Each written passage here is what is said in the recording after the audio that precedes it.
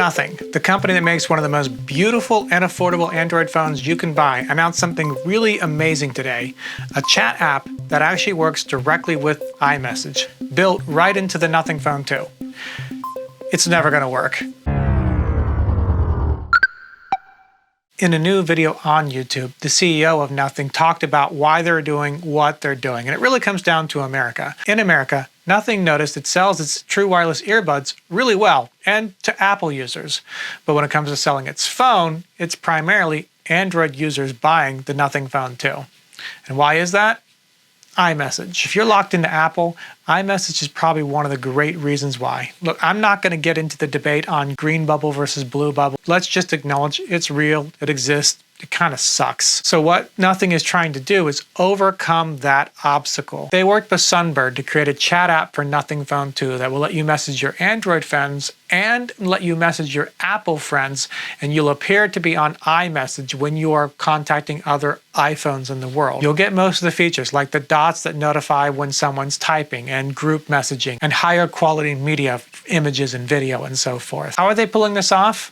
Well, that's where Sunbird comes in. You give Sunbird your Apple ID, and somewhere out in the world, your ID is connected to an Apple Mac device of some kind, a Mac Mini or something like that. And Sunbird starts feeding your messages through their machines, co-opting the iMessage process through Apple hardware. Sunbird isn't the first company to try this. Blue Bubbles is another great option out there, and that's how I know this isn't going to work. There's two main problems, and one of them is a real big deal breaker. First, there's the security issue. You're handing your Apple ID over to another company and it's being attached to hardware you don't have control over. That's not really great for security, and you really should think long and hard before you do something like that.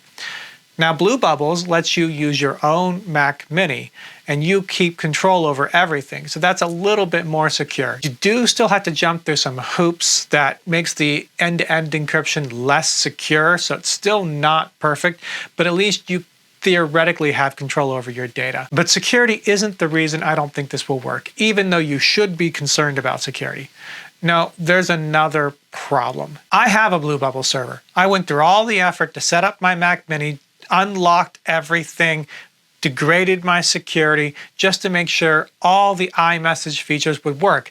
I wanted to do it because I was primarily on Android and I liked being able to get to my messages from my PC. I discovered why Blue Bubbles and why Sunbird and why this process for Nothing just isn't going to work along the way. Eventually, Apple notices that you don't have an iPhone with an active phone number connected to your Apple ID. And if it already knows about a phone number, it will eventually wipe it from their system. So the only way to contact you through iMessage from then on is through the email address associated to your Apple ID. That makes sense. If you made a switch to Android, you don't want to accidentally be getting all your messages sent to iMessage and you can't get them on your phone. This is a good change on Apple's part that prevents problems that used to happen in the past.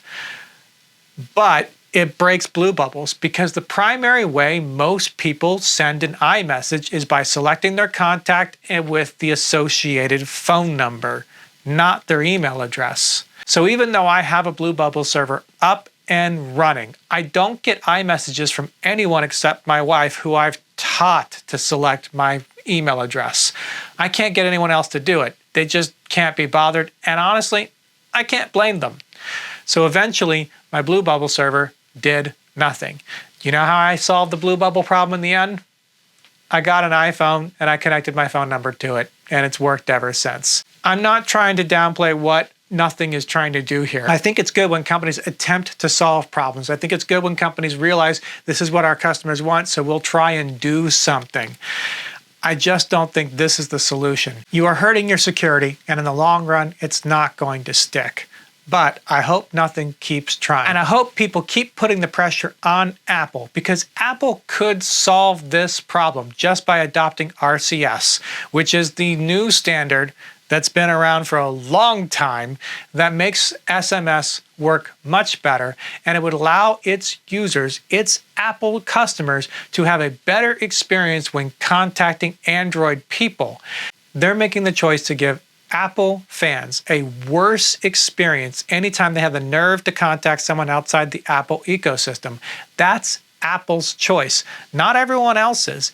Apple could make this better and refuses to. So the problem is Apple. The fault is Apple's. And as for Nothing, keep going. Your phone looks amazing. I miss my review unit. I can't believe the quality you got at the price that you offer the phone for.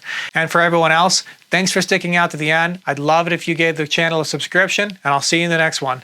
Bye.